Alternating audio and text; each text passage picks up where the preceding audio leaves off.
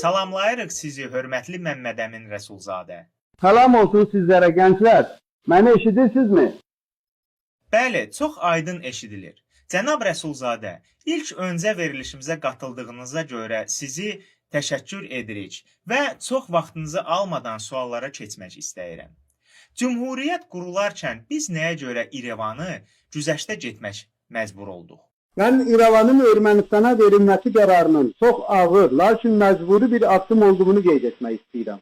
Bilirsiniz, bəzən bütün bədəni xilas etmək üçün bir qoldan vaz keçmək gərəkli olur. Bu qərarı verməyə bizi bir neçə əsas amil vadar edirdi.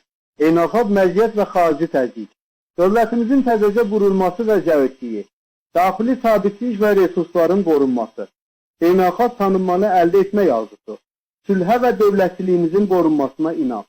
Bu amilləri nəzərə alaraq qərarın ağırlığına baxmayaraq, xalqımızın və dövlətimiz üçün o vaxt ən doğru addım olduğunu başa düşərək qəbul etdik.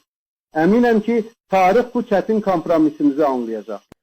Çox adam sual verir ki, niyə Azərbaycan dövləti bu qədər az yaşadı? Bu barədə nə düşünürsünüz? Öz-özündə qlobal proseslər gedirdi. Bir tərəfdən imperiyalar dağılır və yeni dövlətlər qurulurdu.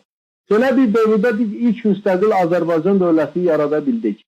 Digər tərəfdən isə Azərbaycan kimi zəngin torpaqları itirmək istəməyən yeni qüvvələr ortaya çıxırdı.